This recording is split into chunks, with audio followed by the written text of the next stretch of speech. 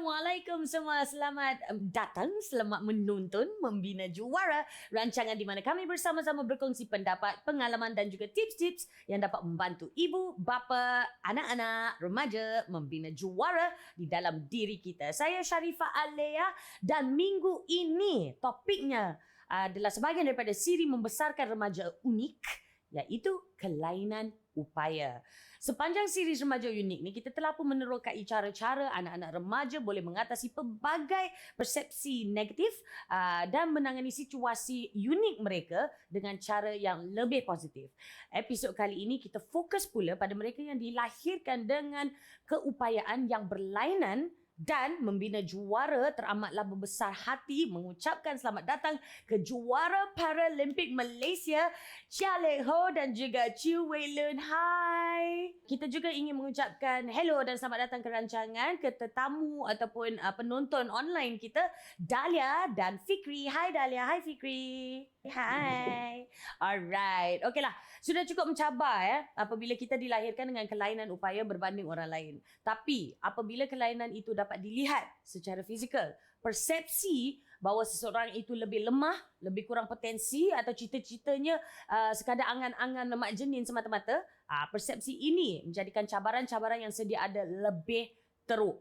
Apa sahaja kelainan upaya yang ada pada diri seseorang itu, pastinya individu itu akan bekerja dan berusaha lebih kuat, lebih keras dalam segala perkara yang diceburi demi membuktikan dia juga berkebolehan. Dia juga mampu berjaya. Dengan itu kita boleh fahamlah kenapa ramai remaja berkelainan upaya lebih tinggi risiko mengalami kemurungan berbanding rakan sebaya mereka yang lain. Ini juga antara kesan dibuli. Okey, di Malaysia sebanyak 35% orang kelainan upaya fizikal merupakan peratusan terbesar OKU seperti dilaporkan Jabatan Kebajikan Masyarakat. Di kalangan kanak-kanak, bagi setiap 1,000 kanak-kanak bersekolah usia di antara 7 hingga 18 tahun, 3 daripada mereka merupakan orang kelainan upaya fizikal. Fakta yang menyedihkan, sebuah laporan UNICEF mendokumentasikan bahawa walaupun terdapat jumlah kes yang tinggi di Malaysia, remaja berkelainan upaya di sini masih menghadapi stigma, diskriminasi dan penderaan. Hanya disebabkan keadaan mereka yang lain sedikit daripada yang lain. Jadi bagaimana kami sebagai ibu bapa generasi juara ini mampu mengubah keadaan ini? Bagaimana kita boleh hapuskan stigma purba ini yang tak boleh pakai, dah lapuk, supaya anak-anak remaja berkelainan upaya ini dapat meneruskan hidup penuh kualiti, kesaksamaan dan paling penting, penuh martabat. Panel pakar kita pada hari ini adalah pakar psikologi kanak-kanak, Profesor Datin Dr. Mariani Magno. Welcome back to the show, Prof. Yeah, thank you very much, Leah. Okay, hari ini kita akan bercerita mengenai orang kelainan upaya ataupun remaja unik yang berkelainan upaya fizikal. Yeah. Okay? Dan walaupun kita ni dah zaman 2021, dengan pembaruan teknologi, pemodenan segala-segala, ada lagi stigma, ada lagi prejudis. Okay? Khususnya yang terhadap ataupun yang negatif terhadap OKU di Malaysia ini, yang kurang upaya fizikal ni. Kenapa? Kenapa? Dia orang yang begini yang masih ada stigma ni, pada saya mereka ni tidak begitu bertamadun. Satu. Yang dua ialah kerana mereka masih rasa mereka hidup di zaman ya bedu. Flintstone. Ya. Jadi mengapa stigma ini masih wujud? Kerana mereka tidak ada empati. Okay. Mereka tidak ada empati dalam diri yang mereka boleh selami bagaimana mereka-mereka di luar sana yang di bawah kategori kelainan upaya ini sebenarnya boleh berfungsi secara sempurna juga, sama seperti mereka, malah mungkin lebih baik. Jadi hanya kerana mereka ada kelainan sedikit, mungkin ketakupayaan tentang fizikal mereka, ada yang dikatakan ketakupayaan daripada fizikal, selain daripada masalah pendengaran, selain daripada masalah penglihatan, itu kita tahulah ya. Ni tentang fizikal ni, ada yang kadang-kadang tidak sempurna anggota badannya, ada yang kadang-kadang mempunyai penyakit seperti cerebral palsy, dan juga lain-lain. Jadi pada mereka yang normal, mereka rasakan bahawa mereka boleh buat lebih baik daripada golongan kelainan upaya ini. yang mana mereka sendiri sebenarnya tidak memahami, mereka juga ada keinginan, mereka juga ada perasaan. Jadi disebabkan oleh kurangnya empati atau tidak ada empati langsung itu menyebabkan mereka rasa bahawa mereka lebih hebat. Dan apabila mereka melihat orang yang lalu mungkin daripada kelainan upaya itu kata, oh tengok tu. Tetapi apa akan berlaku adalah apabila timbulnya orang kata satu-satu kejadian yang sangat menakjubkan yang boleh memecahkan stigma itu. Itu dia yang apa yang berlaku dalam negara kita di Malaysia, iaitu Johan-Johan yang telah mengukir nama Malaysia, mereka yang terdiri daripada kelainan upaya itu. Jadi cuba kita lihat begitu hebatnya mereka. Jadi harapannya nanti mereka yang banyak memberikan stigma ini, banyak yang melihat negatif kepada orang-orang yang begini, sepatutnya dah mula buat transformasi minda masing-masing. InsyaAllah. Sudah-sudahlah tu bedah-bedah bedu tu keluarlah dari zaman purba, zaman dinosaur tersebut. Okey, insya-Allah. Okey, kita memang dah pun tengoklah kan Paralympians kita, masya-Allah, memang sebenarnya dah beberapa tahun sebelum ini juga, they've started to like really okay, Malaysia is on the map. They're awesome, okay? Tapi untuk seorang yang berkelainan upaya, remaja lah mungkin, apa agaknya cabaran yang mereka hadapi apabila melangkah ke zaman remaja tu, that transition tu through adolescence, kalau nak dibandingkan dengan rakan sebaya yang lain yang quote unquote normal. Sebenarnya antara normal dan kelainan upaya itu pastinya perkembangan yang ada dalam diri atau dengan kata lainnya milestone mereka memang berbeza. Tapi inilah cabaran-cabarannya yang dilalui dan yang paling penting adalah sokongan daripada ibu bapa.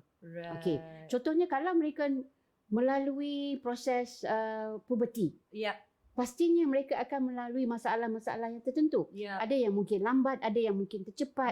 Jadi di sinilah ibu bapa merupakan guru yang paling penting untuk anak-anak, terutama dalam golongan kalangan OKU ini, supaya mereka tidak rasa bahawa mereka itu lain daripada orang lain. Cuma yang lain tu ialah menjadikan mereka unik. Apa kesan socially dari segi sosial dan emosi yang akan ada pada remaja yang berkelainan upaya ni? Bila kita bincang tentang sosial dan emosi ni, Lia, ini melibatkan interaksi sosial antara kawan-kawan, rakan sebaya, cikgu-cikgu dan adik-beradik yang lain. Jadi bermakna mereka akan bergaul dengan orang-orang yang normal. Tapi kalau katakan rakan sebaya itu memahami siapa mereka, mereka akan dilayan seperti biasa. Tetapi sekiranya rakan-rakan sebaya ini tidak boleh tidak pandai untuk bersama-sama dengan mereka yang dikatakan dalam golongan kelainan upaya yang masih lagi berotak purba masih lagi minda yang bedu-bedu. Jadi pastinya akan terasa pada golongan remaja kelainan upaya. Tetapi saya yakin ibu bapa akan berikan yang terbaik, yang mana mereka akan tetap teguh. Mereka akan tetap kental emosi dan juga keyakinan mereka. Itu yang membuatkan harapannya ialah tidak perlu rasa diri tersisih. Tapi memang akan melalui proses-proses emosi turun naik. Kemudian ada juga kawan-kawan yang kadang-kadang suka pula yang kadang-kadang membuli. Oh, dia tak boleh buat ini, kita je lah. Jom. Geram aku dengan bully. Jadi kadang-kadang kan kita pun dah bincang mengenai bully. Bully selalunya berlaku ke atas mereka yang fizikalnya lemah dan kurang berkeupayaan. Jadi di sinilah kita katakan berlaku bully. Tetapi apabila remaja yang dalam golongan ini mampu untuk bertindak bukan secara fizikal, tetapi mampu untuk menunjukkan keyakinan diri, maksudnya dia tidak gentar, dia tidak takut, pastinya ini akan memberi image kepada mereka yang mungkin kata, oh dia tak boleh buat apa itu. Kemungkinan hasrat niat itu akan terberhenti di situ. Yang penting ialah keyakinan diri, semangat dan kekentalan itu harus ditampilkan kepada wajah itu. Maknanya ekspresi muka itu, itu yang penting. Macam mana pula kalau ibu bapa kepada remaja berkelainan upaya ni, kalau mereka inginlah membantu, of course you can never completely understand apa yang mereka lalui, apa yang mereka rasa, apa yang mereka hadapi setiap hari. Tapi ibu bapa, ialah ibu bapa akan cuba untuk bantu. How can we help? Okey, kalau kita bincang tentang bagaimana ibu bapa boleh membantu. Yang pertama, ibu bapa mesti terima seadanya. Okay. Okey? Tak bolehlah kata bila dilahirkan tengok ada berlaku sesuatu yang agak macam tidak normal, oh dah tak boleh terima. Ya, kadang-kadang hati nurani seorang anak ni dia boleh rasa juga. Ya. Yes. Jadi maksudnya yang pertama ibu bapa harus terima. Okey.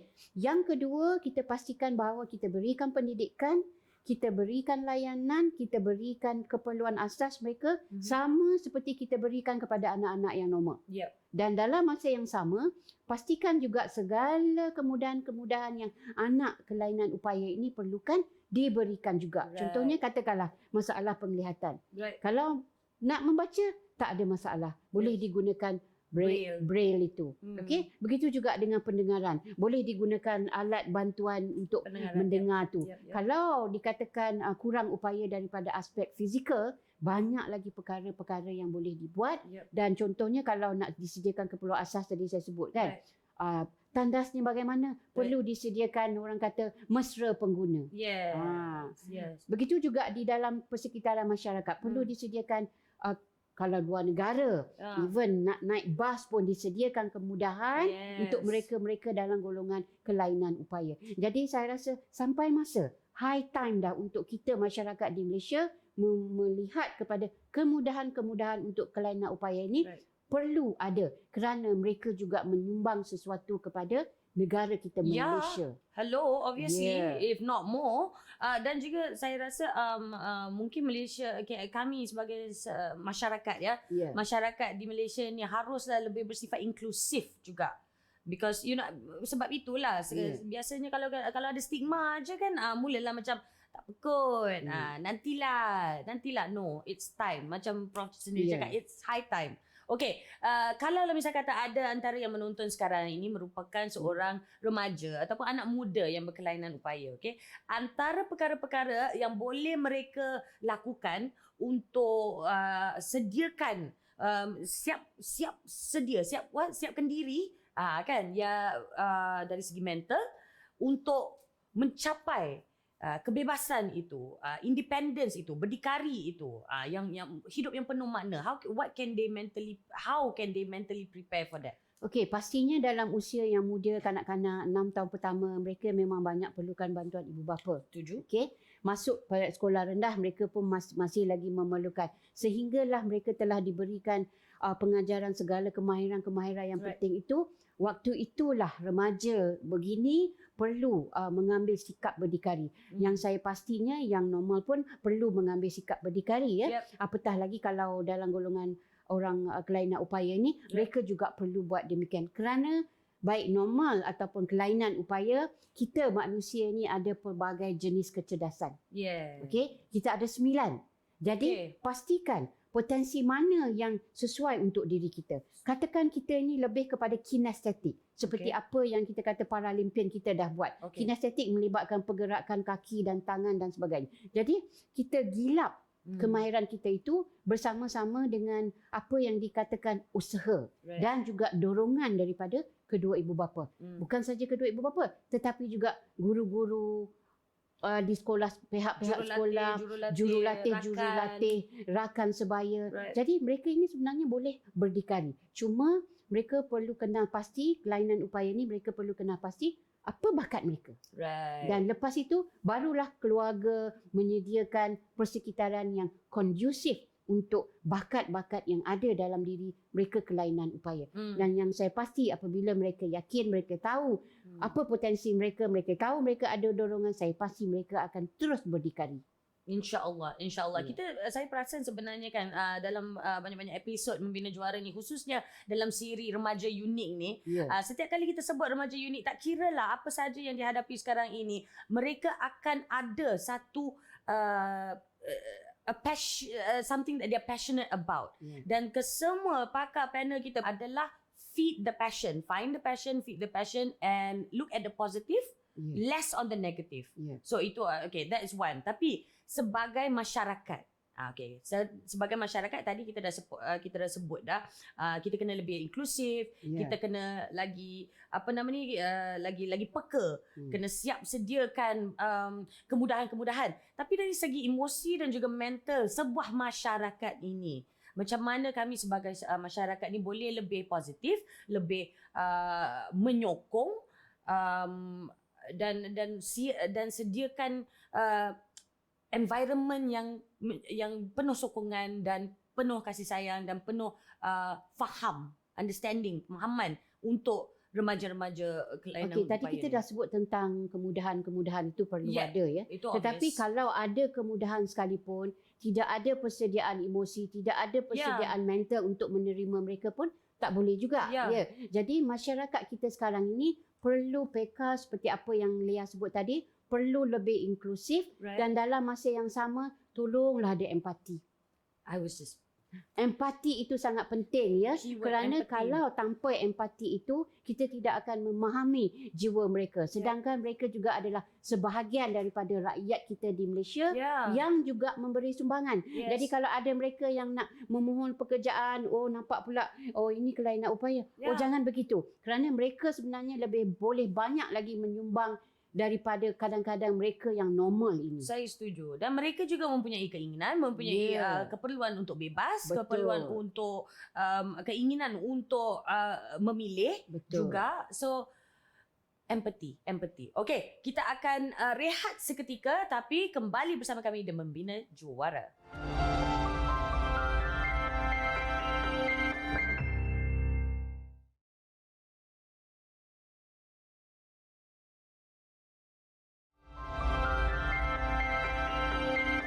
Selamat kembali menonton Membina Juara. Hari ini kita membincangkan siri membesarkan remaja unik. Topiknya kelainan upaya fizikal. Saya sangat berbesar hati dan pada masa yang sama saya rasa sebegitu kecil dekat studio ini kerana kalau nak membandingkan ke pencapaian kita, I have achieved nothing in comparison to Chew Wei Lun. Kita Paralympian Malaysia dan juga pemenang pingat perak dalam boccia. Yes, di Sukan Paralympics di Tokyo baru-baru ini.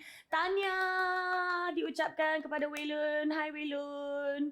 Hai, terima kasih. Hai, sangat-sangat tahniah kerana kerana bukan saja Wei Lun menang pingat perak, tapi ini merupakan Paralympics yang pertama untuk Wei Lun.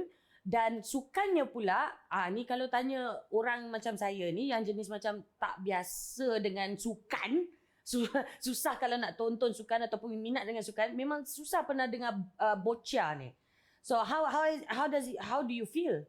Actually tak sangka lah boleh dapat pencapaian sampai yang dapat medal, sebab awalnya nak pergi promote sukan ni je sebenarnya, nak bagi rakyat Malaysia lebih tahu apa itu sukan boccia. Sebab dekat Malaysia banyak orang yang tak pernah dengar dan tak tahu apa itu sukan boccia. Guilty. So itu yang sebenarnya main reason saya pergi dekat situ dan pun dapat layak ke situ. So medal tu macam satu bonus lah bagi saya untuk lebih boleh promotekan sukan boccia ini. It's amazing, man. Thank you so much for that. Untuk promote dan juga wow, silver medal, sangat-sangat hebat. Memang hebat. You must understand that I am in awe of all sportsmen. Sebab saya ni sangat gagal bab sukan, okay? Tapi kami mengajak Wei Lun ke rancangan kami sebenarnya bukanlah untuk bercerita sangat mengenai pengalaman Wei Lun di Tokyo. Yalah, sebab mesti dah penat dah cerita kan. Ramai yang tanya soalan-soalan mengenai pengalaman di Tokyo. Saya sebenarnya ingin lebih memahamilah perjalanan dan pengalaman hidup Wei Lun ini yang saya difahamkan penuh dengan kesukaran, cabaran, kesedihan dan Membina Juara ni penonton-penonton kita terdiri daripada ibu bapa dan juga remaja. Dan remaja, semua jenis remaja ya, dari different types of background, dan mungkin ada remaja yang sedang menonton yang sedang mengalami situasi yang hampir sama dengan apa yang Wei Lun hadapi dahulu. So apa yang Wei Lun boleh kongsikan dari pengalaman Wei Lun sendiri yang boleh memberi semangat dan yang paling penting ya, beri harapan kepada remaja-remaja ini? Sebenarnya tak kisahlah OKU ke yang ke orang yang normal, sebenarnya tak ada hidup yang senang pun sebenarnya. Semua orang memang akan ada masa dia hidup susah. I mean ada cabaran tu semua. So kalau hadap cabaran tu, jangan give up lah. Try untuk lawan susah tu. Right. Sebab mungkin one day akan berjaya lah. So you can go furthermore in your life. Right. So kita ambil pendekatan, what do we have to lose? Kita lawan je cabaran ni. Yeah, actually we have nothing to lose. Kalau kita tak cuba, itu lagi kita lose. Sebab kita tak tahu apa akan jadi in the future. True. So true. Yeah. Okay, thank you for that. Adakah itu memainkan peranan dengan mungkin cara Wei Lun mula minat dengan bocah? Is that how you were introduced to bocah? Like macam try jom. Sebenarnya cuba bocah ni sebab just main suka-suka je sebenarnya. Macam mana you boleh tahu pasal bocah ni? Dah lah dekat Malaysia ni payah now nak dengar perkataan bocah tu. Sebab time dulu saya sekolah, sekolah tu ada sukan ni. Dan sekolah saya sekolah CP. Oh, I see. Okay. So, ada cikgu tu nampak lah, I macam boleh lah main. So, dia tarik lah masuk. So, dari situlah tahu apa itu suka bocah. I see. Dan minat tu datang sendiri dan that drive to be the best tu? Sebenarnya, saya tak fikir pun nak try the best, jadi yang the best. Saya cuma main je lah. Main suka-suka macam suka biasa. Itu je lah. Pernah tak dalam hidup Wei Lun cakap, saya akan keluar daripada belenggu stigma dan segala apa yang saya hadapi setiap hari dan akan hidup seorang yang bebas, seorang yang berdikari. Pernah tak terfikir macam tu dan apa yang dijadikan motivasi buat Wei Lun? Kalau nak kata hidup berdikari tu, saya rasa semua orang pun nak kot yang hidup berdikari. Sebab bila you dah hidup berdikari, you can learn more things compare you dengan you duduk dijaga oleh dengan orang. Sebab bila you independent, you hidup sendirian, you can explore more things yang you tak expect you can be explore actually. So tak kisahlah you OKU macam mana pun, unless you betul-betul OKU yang teruk, you should try lah to explore this world more lah, ataupun be independent more. So that in the future, one day kalau tak ada orang jaga, you tak susah nanti. You know how to be survive yourself. Right. Bagus. Kan? I like Wei Lun's very matter of fact way of explaining things kan. Okay. Apa yang membuatkan Wei Lun awal tadi Wei Lun ada cakap kan, asalnya nak join Paralympics ni dalam sukan bocah adalah untuk mempromosikan sukan bocah ini, untuk like bring it out lah, at least orang akan tahu. Tapi you had a lot of commitments dekat Malaysia ni, back home lah basically. So apa yang membuatkan Wei Lun kata, okay lah, you know what, I akan bawa bocah ni ke Paralympics? Sebab niat saya just nak bagi tahu rakyat Malaysia apa itu sukan bocah, dan kita Malaysia ada sukan ini untuk CP. So saya fikir macam tu, then I just do it. Right. Sebab saya jenis yang saya buat, saya tak fikir, saya buat je. Kalau saya nak buat benda tu, saya buat dulu. Tak fikir apa-apa. Apa jadi, kemudian nak bercerita. Benda tu. Oh, aku suka betul. I love it. Thank you. I think so far you're the only person yang I boleh relate tu lah. Sebab I pun macam tu juga. Kadang-kadang sedikit impulsif juga orang cakap kan. Kelakuan ataupun sifat yang sedikit impulsif. Jadi ada tak masa-masa yang walaupun Wei Lun ni jenis yang macam tak apa, I tak fikir panjang, I buat dulu, I buktikan, and then later boleh fikir. Tapi ada tak momen-momen yang you ada terfikir ataupun terasa yang macam okay, aku tak boleh handle sekarang ni. Macam okay, saat ini sangat susah untuk diri aku. Dalam momen-momen yang begitu, khususnya pada any athlete ataupun Paralympian sebenarnya, mesti ada one of those days yang where you think it's too much. macam mana Waylun rasa, macam mana Waylun maintain berfikiran positif dan juga kekuatan mental tu? So kalau sampai satu tahap yang rasa dah tak boleh ataupun macam nak give up, sebenarnya kalau nak give up pun saya rasa tak patut pun, sebab kita yang pilih jalan ni. So nak tak nak kita kena jalan sampai habis. Susah ke apa, memang kita kena jalan habis, sebab dari awalnya kita yang pilih jalan ni. So kita no choice, memang kita kena jalan sampai habis. Baru boleh kita start jalan yang baru. Right. How do you maintain that strength, that mental strength tu, Waylun? I really need to know. Saya pun tak pasti lah. Mungkin life experience kot. Yeah, right. Betul. Okay, thank you so much. Dan terima kasih kerana sudi berkongsi life experience itu dengan kami semua di sini, juga penonton-penonton Membina Juara ini. Dan saya betul-betul yakin yang akan ada yang untung daripada hasil perkongsian Waylun hari ini. Jangan ke mana-mana ya Waylun, stay on the line, okay? We want to continue our chat sekejap lagi. Tapi sekarang ni kita rehatkan diri. Perakap ke? Kita rehat sekejap. Kembali bersama Membina Juara. Rehatkan diri.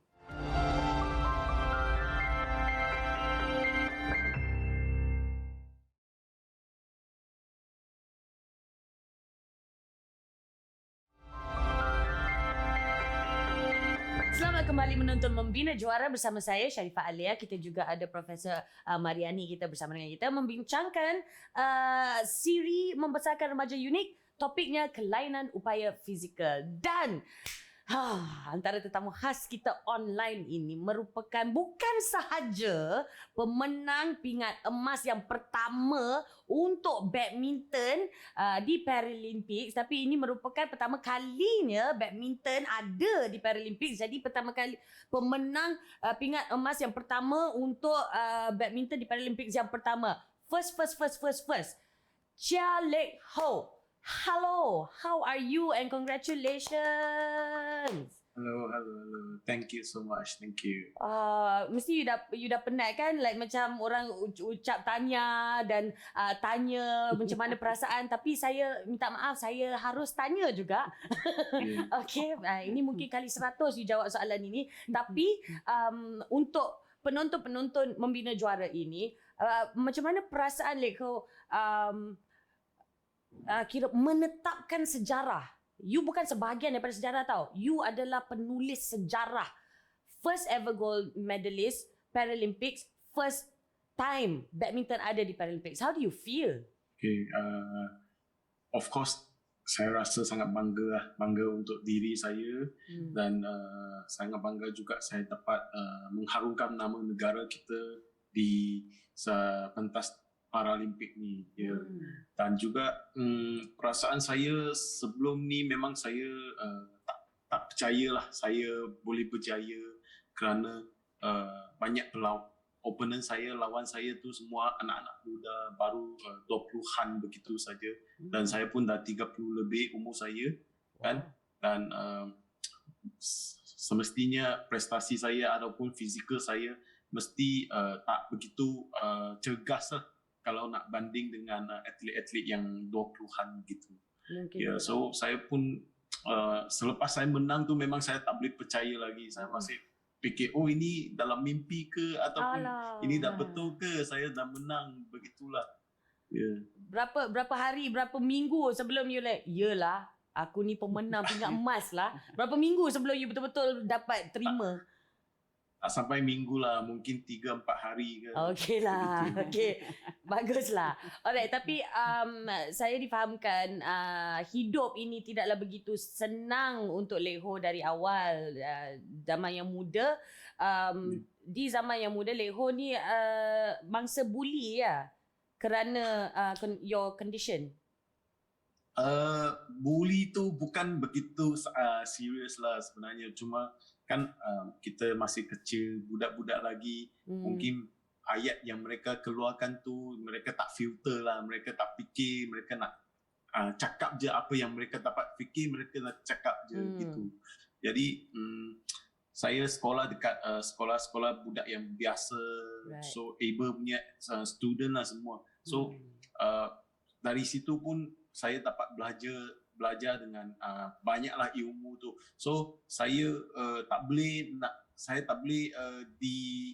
dibahagikan seperti seorang yang kurang upaya.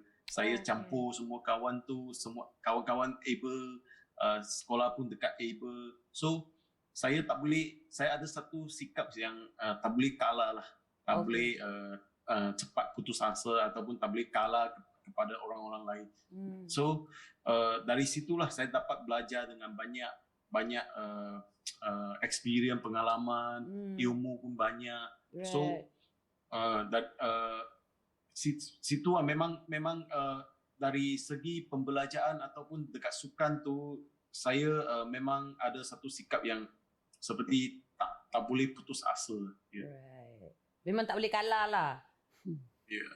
Okay, that's good. So yelah sampai sekarang pun boleh Leo sendiri rasa macam mungkin bully tu tak begitu bully lah.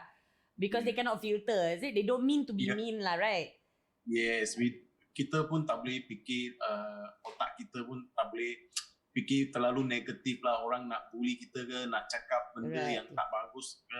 Tapi kita have to think, okay, if hari tu ataupun masa tu mereka tak bully kita ke, tak psycho kita ke, mungkin kita pun tak akan berjaya pada hari ini. Wow, that's a fantastic benda-benda tu membakar semangat untuk saya lah, untuk diri sendiri. My goodness, that's a fantastic way of looking at it. Itu menunjukkan apa nama ni, grit yang ada pada Lek Ho juga. So that is fantastic. Tapi ada tak waktu-waktu, saya pasti mungkin ada lah kan, tapi ada tak waktu-waktu yang Lek Ho sendiri rasa macam marah dengan keadaan, marah dengan diri sendiri, rasa hilang motivasi, rasa frust yang keadaan ataupun situasi yang Lek Ho sendiri ditakdirkan dengan Erbs palsy ni? Macam mana, how did you maintain positive the whole time? Perasaan down tu, mental kita down tu memang ada lah kadang-kadang, tapi saya pun cuba memberitahu diri saya ni, don't put too much of benda yang negatif seperti apa yang profesor tadi cakap tu. Kurangkan negatif. Kita harusnya fikir benda-benda, kebanyakan benda tu positif lah. So anything bad about other people look at me ke apa, saya kena fikir, oh thank you so much that you guys are looking down at me, but one day if I can success, saya akan berjaya nanti, then you all baru tahulah pikiran you all tu salah ke macam mana. Wow. Masya Allah. Okay.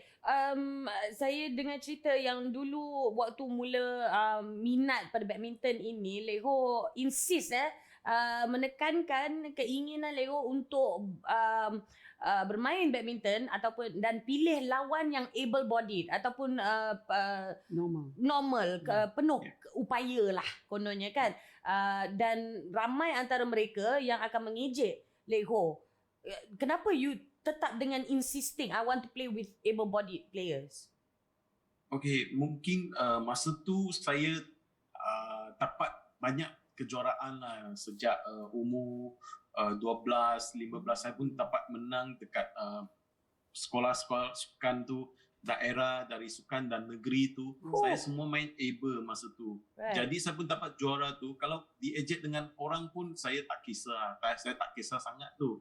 Ya, saya kalau mereka terlampau ke, saya pun tahan dalam hati tu. Saya fikir, okay, tak apa, mungkin suatu hari nanti saya akan menang you ke, nak menang ke, atau overlap you ke macam mana. Kerana dari kecil saya latihan dengan player able sudah. I see. Dan saya pun bertanding pertandingan yang able, yang penuh upaya lah. So saya tidak fikir begitu banyak tentang kekurangan saya sebenarnya. Wow.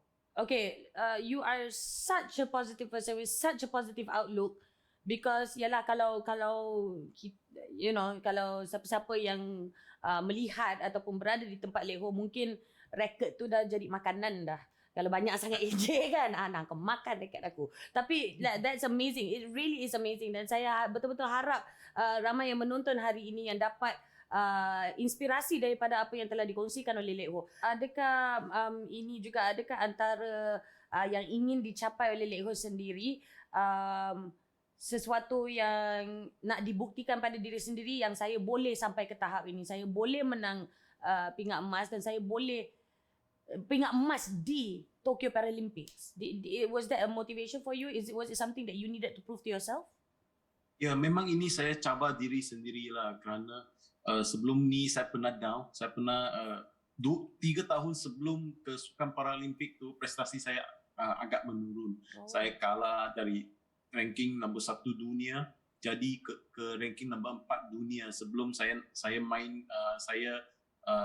bermain pertandingan yang kelayakan ke Paralimpik lah. So my ranking drop tremendously, sangat teruk lah. So saya dari masa tu saya pun sangat risau tu lah, tapi saya mencabar diri sendirilah. Saya cakap okey, tak apa, saya nak berlatih balik dengan bersungguh-sungguh mencari seorang jurulatih yang dapat membantu saya untuk menaiki podium lagi. So I think myself, what is the next step that I need to do lah.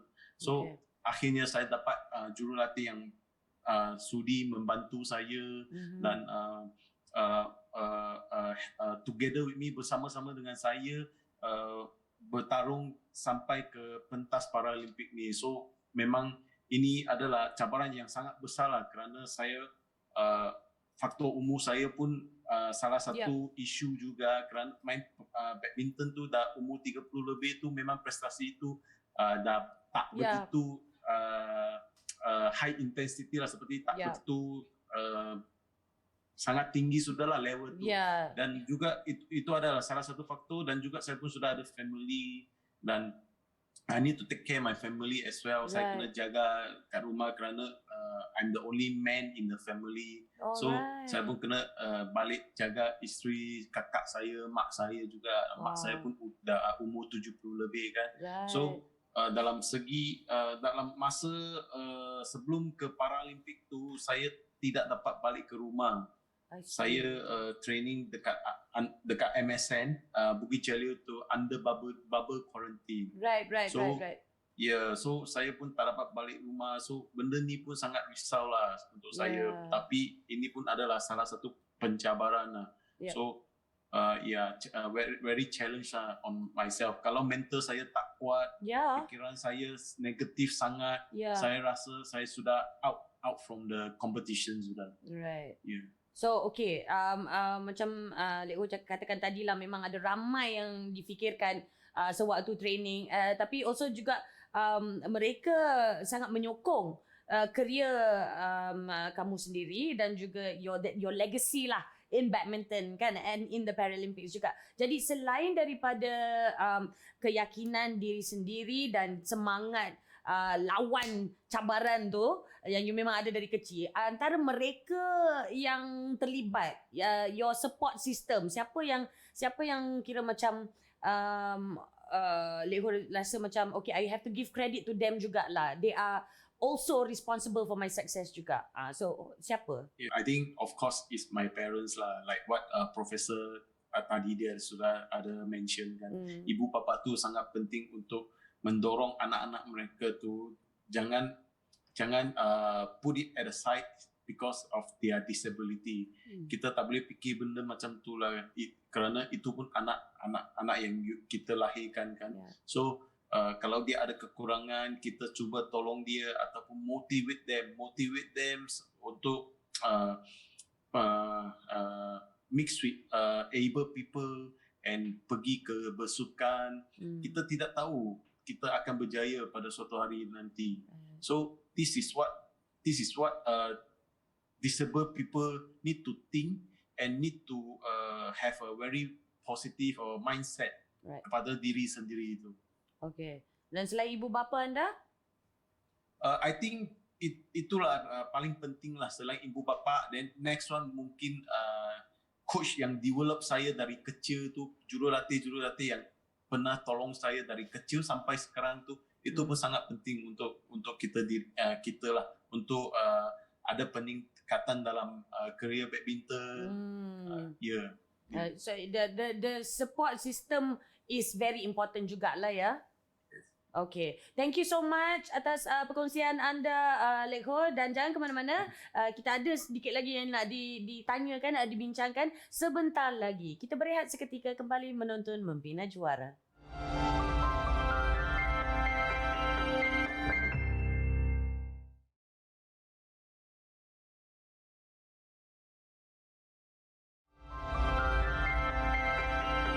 Selamat kembali menonton Membina Juara. Ayo kita terus ke tetamu ataupun penonton online kita. Kita ada Dahlia. Silakan dengan soalan anda. Assalamualaikum. Saya ada soalan untuk Profesor. Apakah cara yang boleh ibu bapa lakukan untuk menjelaskan kepada masyarakat tentang kelainan upaya yang dialami oleh anak mereka apabila mereka bersiasat di luar rumah? Kerana mungkin terdapat sesetengah masyarakat yang tidak tahu tentang masalah kelainan upaya yang dialami oleh anak-anak mereka. Saya rasa tidak begitu menjadi satu kesulitan ya. Alright. Kerana apabila ibu bapa bawa anak yang memang dalam kategori kelainan upaya ni, fizikalnya, terutama fizikalnya ataupun mungkin yang lain-lainnya, kita perlu perkenalkan kepada siapa sahaja yang menegur, jiran, tetangga ataupun pergi rumah saudara mara yang mungkin tak pernah lagi berjumpa dengan anak yang golongan upaya ni.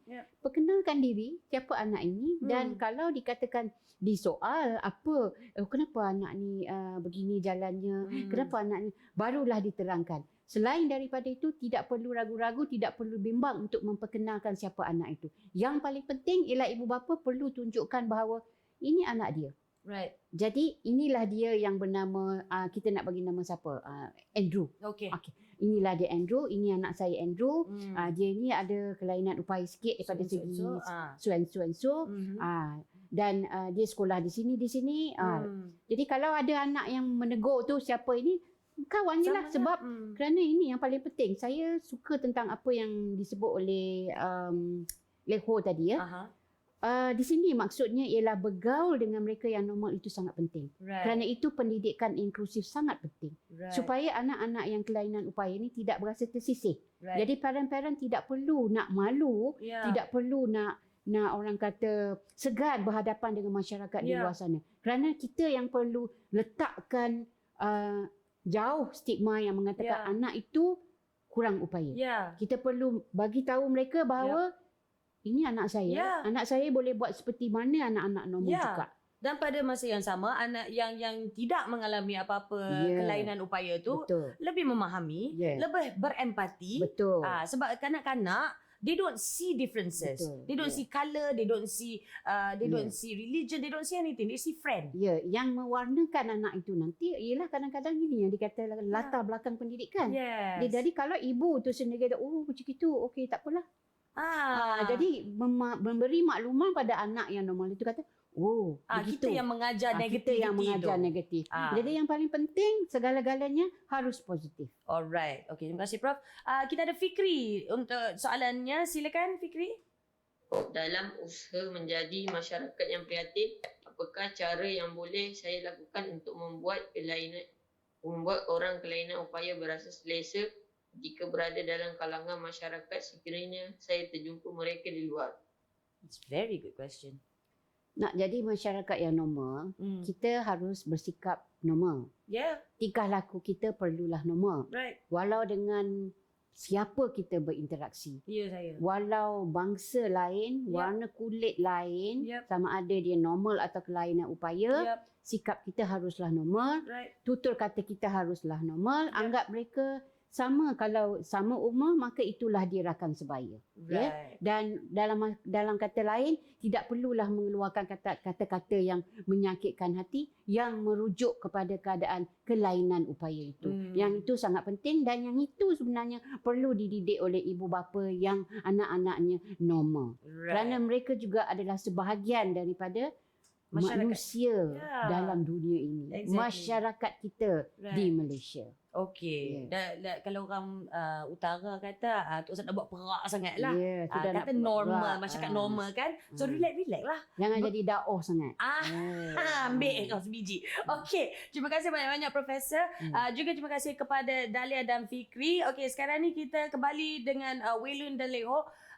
Antara message atau pesanan yang sudi anda kongsikan dengan remaja-remaja yang sedang menonton, yang mungkin berkelainan upaya juga, yang mungkin mengalami cabaran-cabaran yang tak dijangka. Mungkin kita boleh mulakan dengan Waylun dulu. Silakan. Jangan takutlah kalau hadap cabaran tu apa, sebab tak ada satu kehidupan yang tak ada cabaran. Semua kehidupan ada cabaran. Cuma cabaran dia berbeza. So, jangan takut untuk hadap cabaran tu, sebab bila kita dapat atasi cabaran itu, kita akan belajar sesuatu benda daripada cabaran itu ataupun kesusahan itu. Right. So, that will make us be stronger maybe or be better. Right. So, jangan takutlah walaupun kita sebagai OKU ni. Okay. Thank you very much Waylun, dan juga saya sangat saya suka apa yang anda sebutkan awal tadi. It's when you don't try, when you don't act upon it, dan bila you takut, itulah yang paling rugi, itulah yang paling give up sebenarnya. Kan? So thank you very much Waylun, and thank you for your contribution to Malaysia. You know? Thank you so much. Okay, kita ada Lekho pula. Silakan. Okay. Untuk saya rasa kalau benda yang boleh selesaikan itu bukan satu cabaran. Ya, saya rasa tu cuma obstacle yang agak susah untuk diselesaikan saja. Kita mesti ada satu cara untuk selesaikan cabaran-cabaran ataupun semua masalah. Cuma kita nak tengok macam mana nak selesaikan dengan cepat ataupun lambat saja. Jadi saya rasa untuk golongan-golongan ataupun orang-orang OKU, kelainan upaya di luar masyarakat ni, kita mesti mau cuba dan step out from the box untuk pergi ke sukan ataupun campur dengan orang-orang normal seperti tadi yang kita kongsikan. Harus act like a normal people. Dia boleh buat, kita pun boleh buat. Cuma kita mungkin perbuatan tu kita lambat habiskan ataupun selesaikan saja. Ataupun cara dia lain lah juga. Kata pun kelainan upaya. Jadi caranya pun lain juga. Ya, betul. Kita fikirlah cara lain untuk selesaikan masalah ini. So, kalau boleh selesaikan masalah ini bukan satu masalah sudah untuk kita. Right. So, when you treat it like something that can be solved, it doesn't become a problem anymore. Yes, exactly. That's brilliant. Thank you so much, Lekho dan juga Waylun. Thank you so much for your contribution to Malaysian sports, to the Paralympics, to Malaysians dan kepada masyarakat yang mungkin sampai tahap ini masih lagi ada stigma, masih lagi ada pemikiran negatif. If after watching this show you still ada stigma itu, minta maaf lah, ada gua, silalah ke sana dan duduk di sana diam-diam, jangan kacau kita orang semua, okay? Because the contributions that you both have shown, the other Paralympians have shown, is melebihi apa yang kita dalam studio ni sekarang ni sebenarnya. So terima kasih banyak-banyak. Thank you so much for being with us. Terima kasih juga kepada yang menonton. Harap dapatlah sedikit ilham dari apa yang telah pun dikongsikan Paralimpik kita dan juga Profesor kita hari ini. Terima kasih juga Profesor kerana sudi bersama dengan kami. InsyaAllah kita akan jumpa di episod yang akan datang. Untuk apa-apa saja maklumat ataupun feedback, bolehlah layari, like, follow dan share laman media sosial kami. Kita jumpa di episod yang hadapan. InsyaAllah. Saya Sharifah Alea. Ini Membina Juara. Assalamualaikum. Bye.